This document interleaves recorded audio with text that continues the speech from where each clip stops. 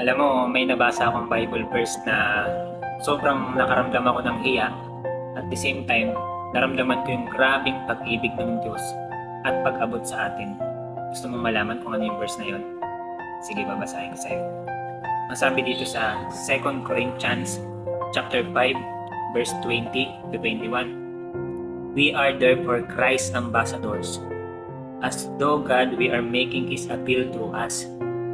We implore you on Christ's behalf, be reconciled to God. God made Him who had no sin to be sin for us, so that in Him we might become the righteousness of God.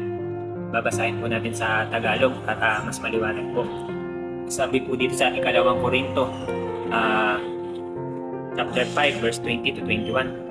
Kaya nga, kami mga sugo ni Kristo, ang Diyos ang nakikiusap sa inyo, alang-alang kay Kristo, makipagkasundo kayo sa Diyos.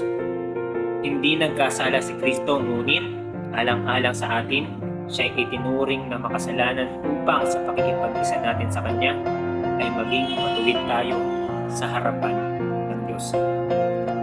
Can you imagine the feeling na yung Diyos na may gawa ng lahat ng bagay, ng universe, ng stars, ng sun, ng seas, ng land, all creation, maging ang buhay ko at buhay mo, ang Diyos ang may gawa.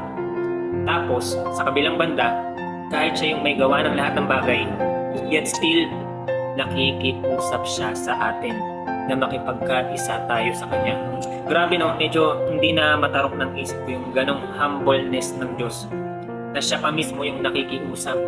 Gumagamit pa siya ng mga lingkod ng Diyos para sabihin sa akin at sabihin sa iyo na, anak, pwede ba magkaisa tayo? Ikaw at ako. Grabe no, pero kung tutuusin, sa buong mundo, na mahalaga buhay natin talaga eh. Kumbaga mas maliit pa tayo sa tuldok. Mawala man tayo, walang makakapansin. Pwede naman na tayong pabayaan ng Diyos. Pwede naman niya tayong hindi naintindihin.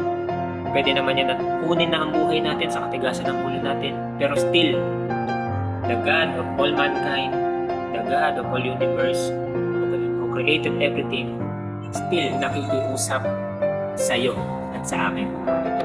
Alam mo, ang nakakatuwa doon, siya kasi yung yung darling of heaven, sinasamba ng kalangitan, sinasamba sa kalupaan, sinasamba siya ng lahat ng bagay. Tapos bumaba siya dito sa lupa, nagpakasakit, napako sa krus, para lang tubusin ang kasalanan ng sangkatauhan.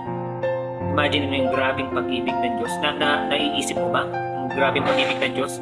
Na hindi naman yan sana dapat gawin, pero dahil sa kasalanan ng tao, namatay siya para sa atin. Grabe, purihin ang Panginoon. Kaya nga, pag naunawaan mo yun, masarap sabihin na, Lord, iaalay ko yung buhay ko sa'yo. Wala naman akong halaga, pero dahil sa'yo, nagkaroon ng pag-asa, nagkaroon ng kulay, nagkaroon ng direksyon ng buhay ko sa pamamagitan ng habag at biyaya at ng pag-ibig. Maraming salamat sa iyo, aming Panginoong Jesus. Ikaw kapatid, anong bagay yung nais mong ipagpasalamat sa Diyos? Comment ka dyan, babasahin ko. Mag-ingat